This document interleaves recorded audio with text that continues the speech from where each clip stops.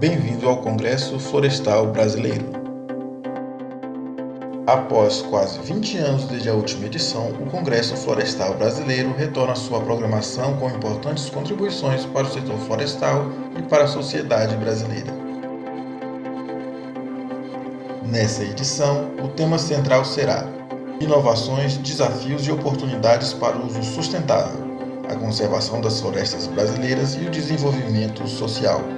Serão realizados debates entre especialistas, autoridades e o público do CFB, em painéis, sessões técnicas e apresentações de trabalhos técnicos e científicos, baseados nas políticas, programas, planos e instrumentos estabelecidos, em especial pelo Código Florestal, Lei de Gestão de Florestas Públicas e Política Agrícola para Florestas Plantadas, abordando soluções dos problemas atuais, como o uso sustentável dos recursos florestais por meio do manejo florestal e silvicultura, visando a sustentabilidade dos produtos e serviços a serem oferecidos à sociedade.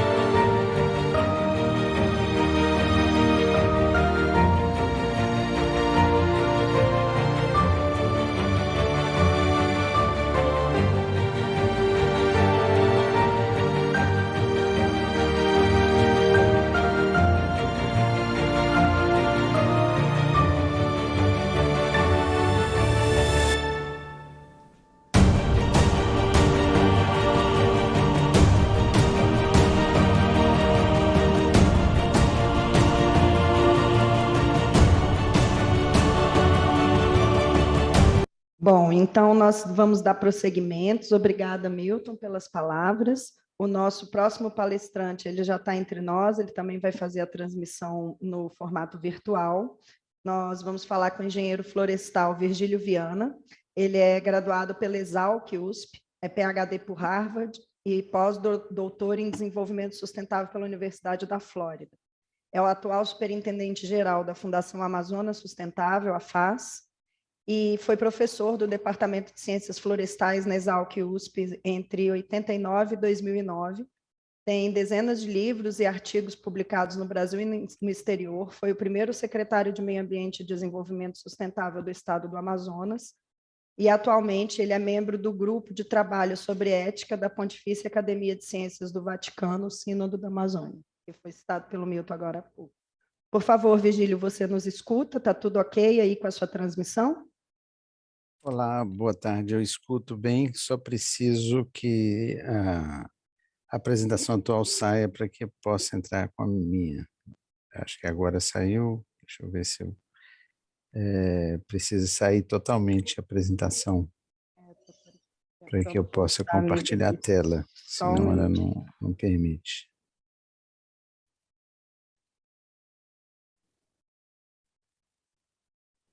Ainda está com a tela ocupada pela apresentação atual. Acho que saiu, né? Vamos ver. Acho que agora vai. Agora foi. Perfeito. Agora Obrigada, foi. Virgílio. Agora vai entrar. Tá ótimo. Vocês veem a minha tela? Só um minutinho, por favor.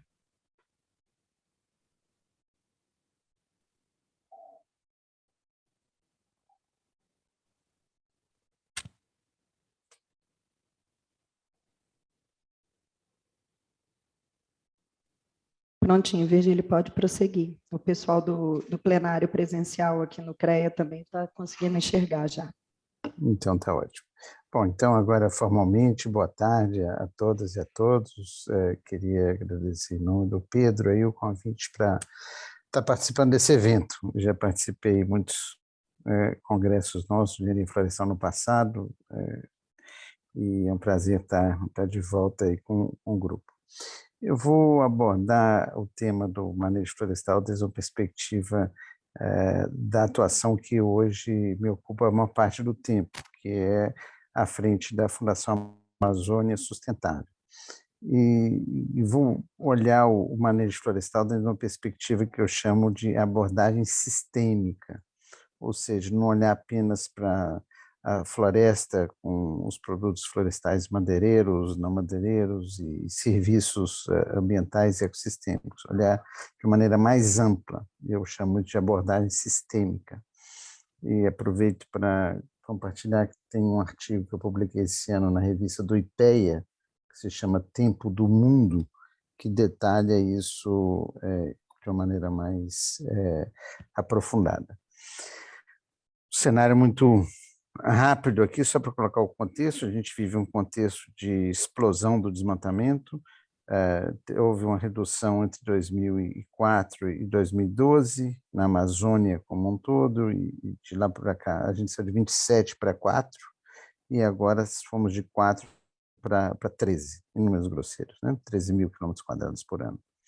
Nós estamos num contexto grave do ponto de vista de colapso ecológico da Amazônia, com dados aí antigos do Carlos Nobre, mais recente desse ano, essa perda de resiliência da floresta. Então, a redução do desmatamento é extremamente importante nesse contexto atual.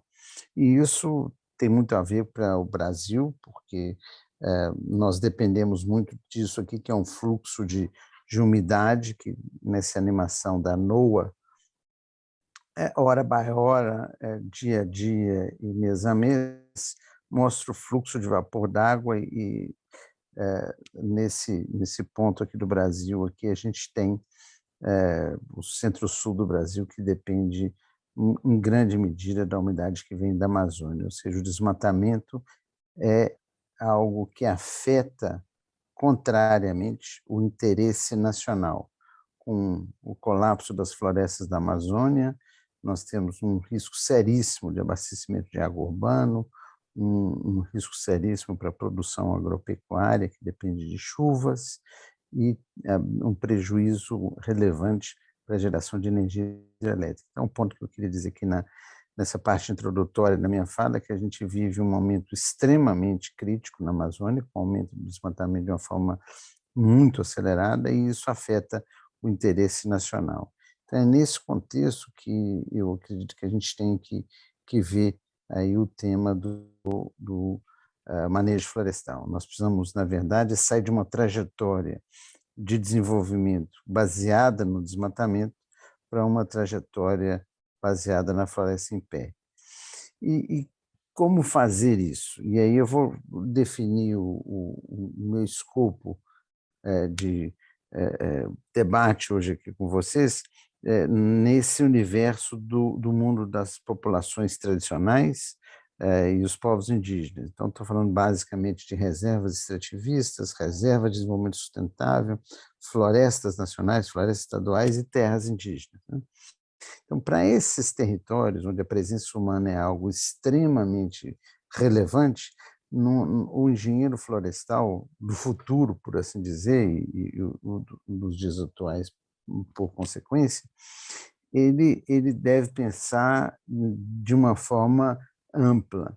E o conceito que nós desenvolvemos ao longo desses últimos 14 anos na FAIS é esse conceito de abordagem sistêmica, que tem essa representação que está nesse slide.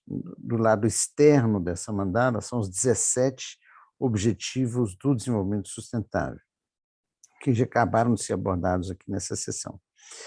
No círculo inferior são 8 eixos estratégicos, que começam com saúde, educação, infraestrutura comunitária, que aí entra água potável, energia elétrica, etc., a geração de renda, empreendedorismo, o empoderamento, quer dizer, o fortalecimento das organizações de base local, a pesquisa, o desenvolvimento e a inovação tecnológica, a conservação ambiental e gestão. Então, esses são os 8 eixos que foram sendo identificados como os prioritários a partir de oficinas de planejamento participativo. Nós realizamos, ao longo dos anos, mais de 1000 oficinas, de forma sistemática, com a mesma metodologia, e esses eixos emergiram como sendo os prioritários.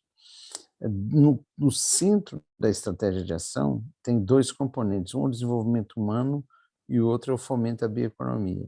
Ou seja, para que a gente tenha um desenvolvimento sustentável nesses territórios da Amazônia, que correspondem, a grosso modo, a 60% da Amazônia, é essencial considerar tudo isso. E isso tem uma implicação óbvia para os colegas que estão na área acadêmica, porque o engenheiro florestal do futuro, na minha opinião, que queira e que se habilite a atuar nesses territórios, ele tem que ter uma formação mais ampla, capaz de não ser um especialista em saúde, não ser um especialista em educação, mas de saber dialogar sobre isso com um profissional dessas diferentes áreas.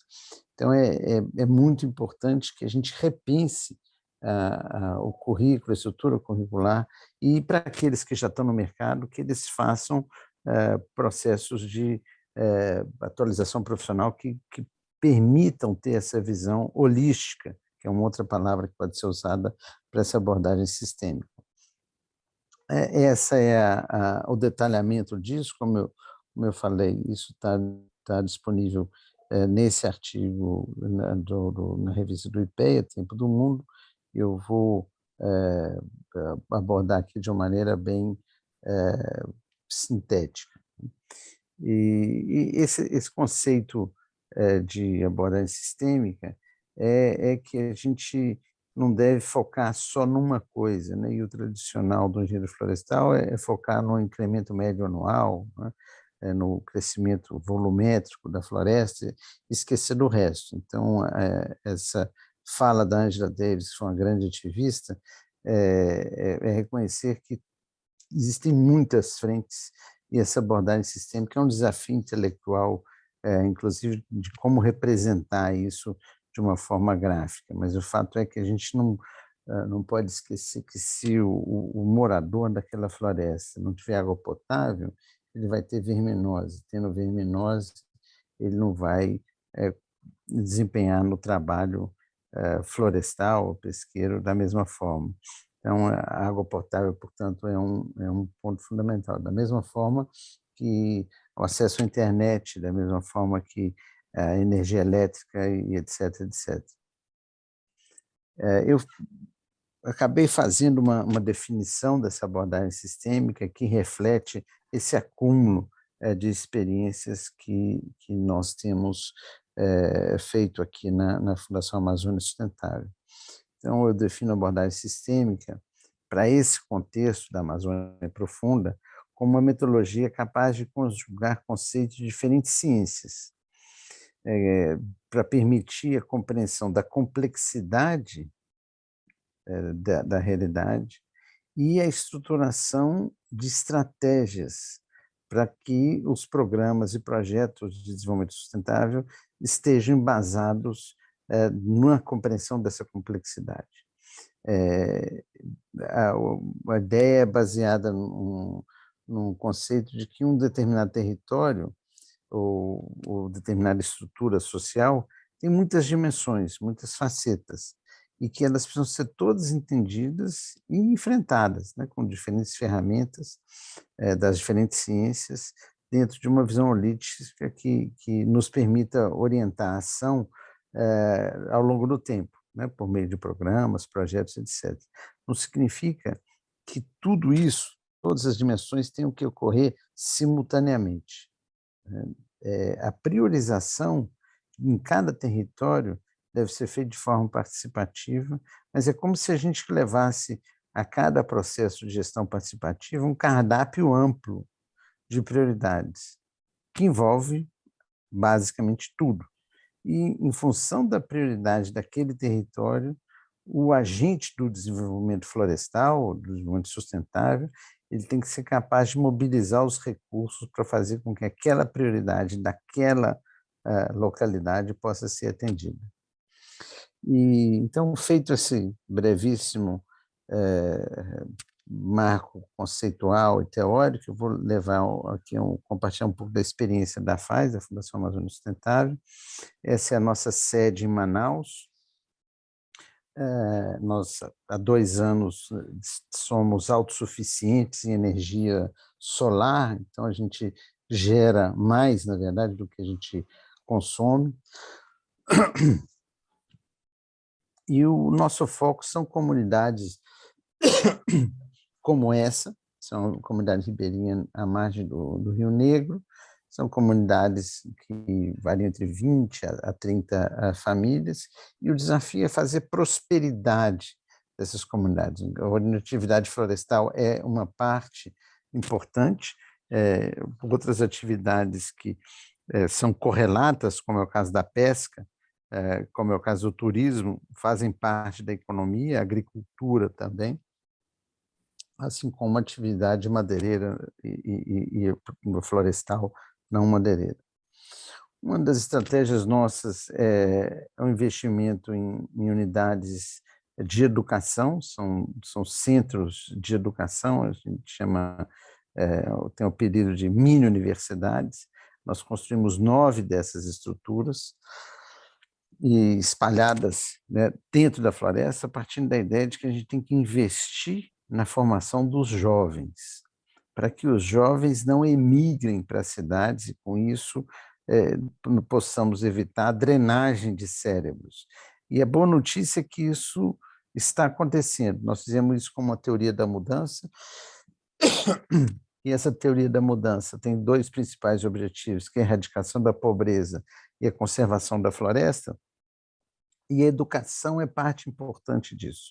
É uma estratégia não só para evitar e minimizar essa perda de cérebros das comunidades para as cidades, mas também para fazer com que esses jovens, ao passarem por processos de educação relevante, eles possam alicerçar, alavancar a economia da floresta.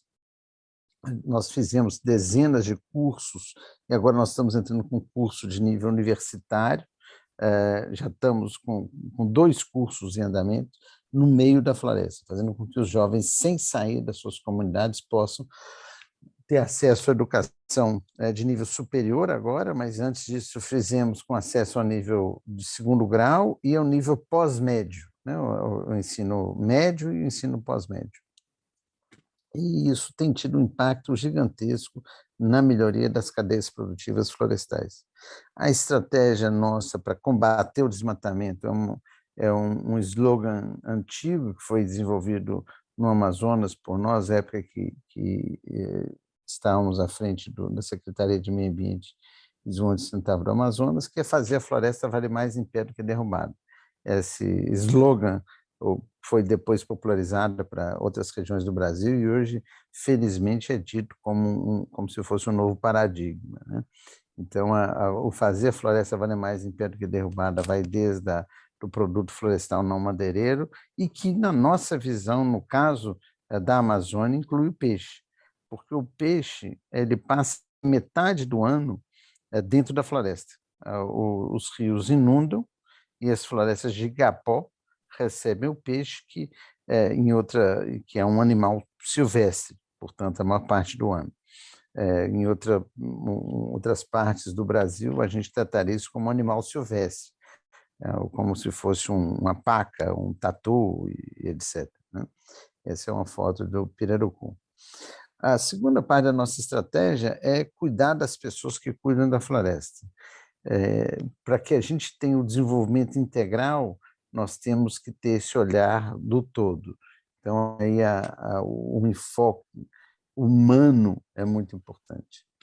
O terceiro é a gestão participativa, fazer com que a tomada de decisão não seja um exercício meramente técnico, de uma pessoa em Manaus, ou em Brasília, em qualquer lugar, que sente e defina o que é o plano de gestão, ou o plano de manejo, ou o plano diretor de um determinado território, que seja construído verdadeiramente a quatro mãos. E essa teoria da mudança, o resumo dela, ele afunila para esses dois macro impactos, é melhorar a qualidade de vida das pessoas e conservar o meio ambiente. Conservar no sentido mais profundo do termo, quer dizer, ter tanto a proteção quanto o uso sustentável. E nessa questão do uso sustentável, aumentar a renda com o uso de alternativas econômicas sustentáveis. Reduzir o tema das queimadas, né, que é um tema super importante. Embaixo disso, né, está a educação e a formação para o empreendedorismo. Uma das ênfases dessa estratégia sistêmica nossa é a formação de empreendedores caboclos e empreendedores indígenas.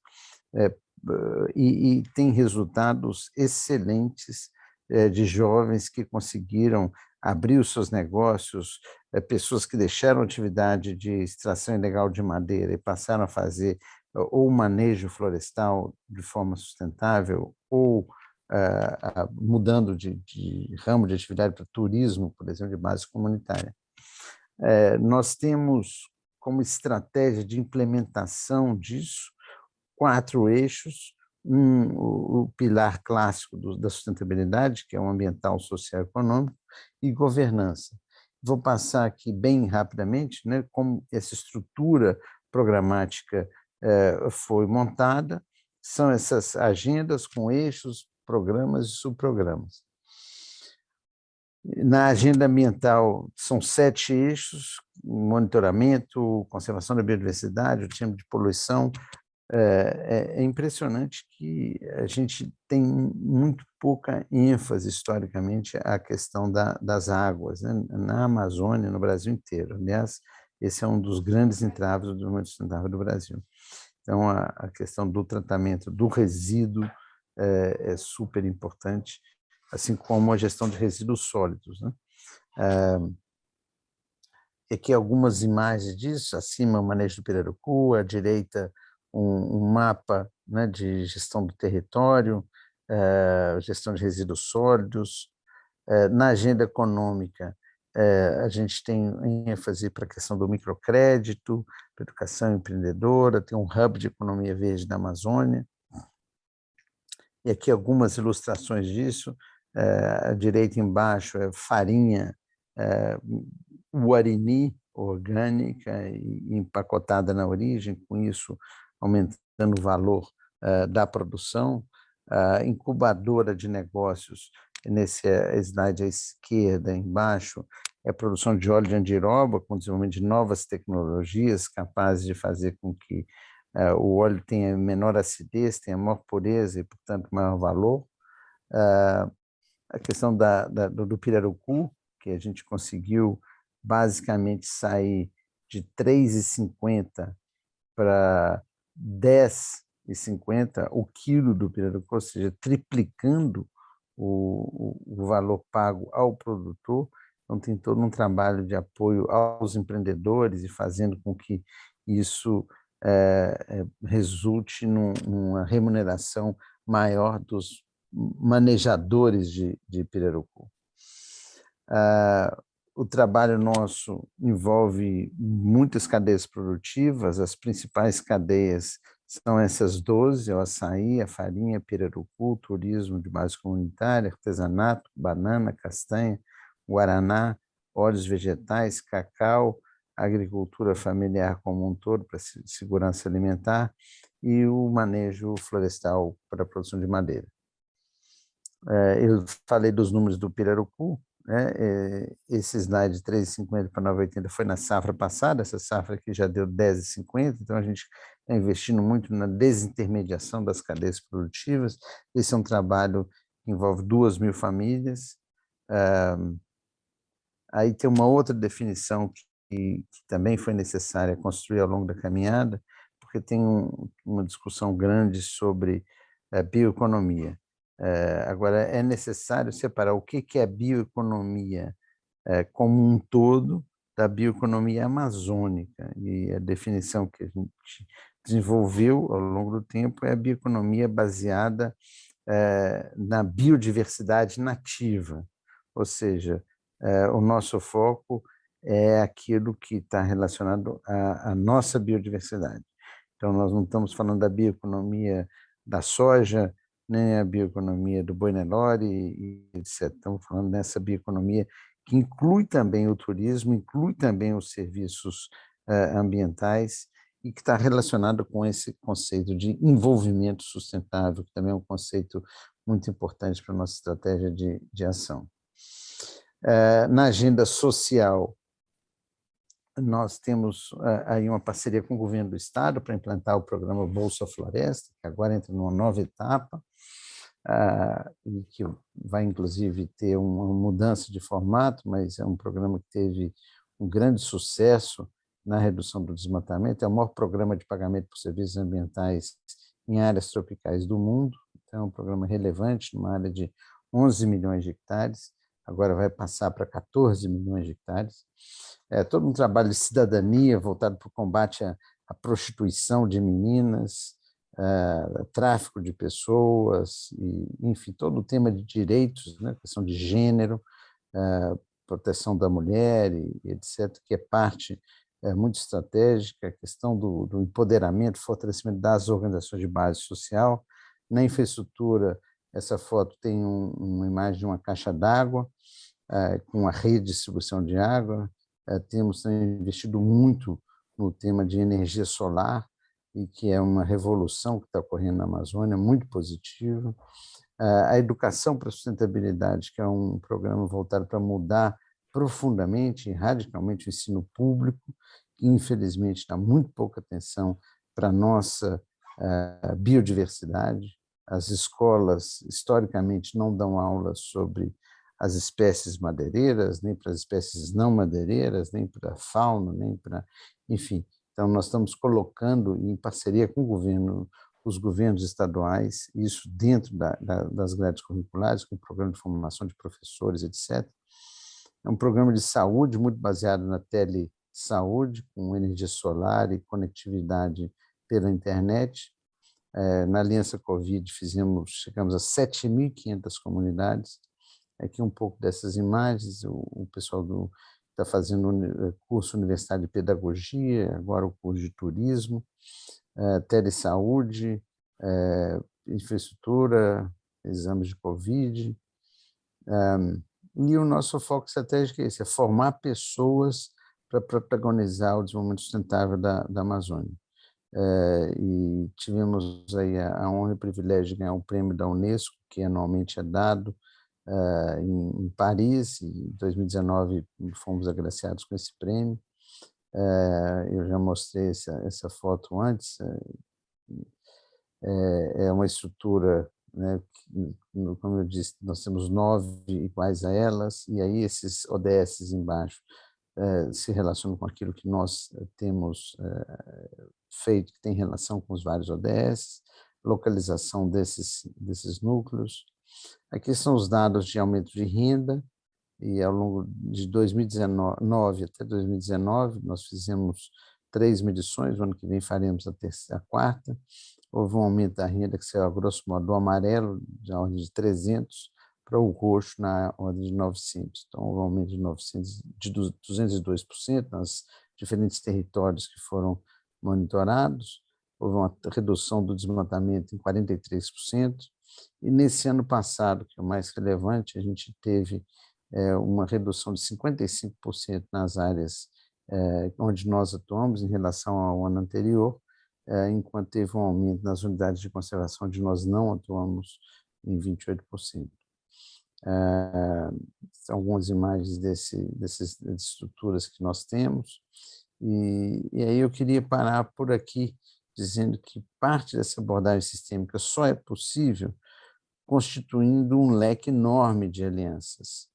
E isso é algo que, a meu ver, o engenheiro florestal do futuro tem que se aparelhar para isso, para ser um diplomata, um negociador, um articulador, para que diferentes instituições, universidades, organizações de base comunitária, prefeituras, empresas privadas, instituições internacionais, outras organizações não governamentais, órgãos dos governos estadual, federal, etc., possam se somar em torno desse grande desafio que é fazer a floresta valer mais em pé do que derrubada.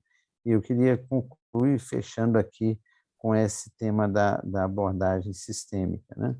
Então, o que eu procurei apresentar de maneira rápida é o resultado de uma ação prática. Então, o que eu estou colocando aqui não é um tema conceitual apenas, né?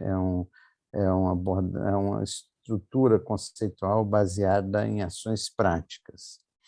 E isso é algo que eu acredito possa ser uma referência relevante para o engenheiro florestal do futuro.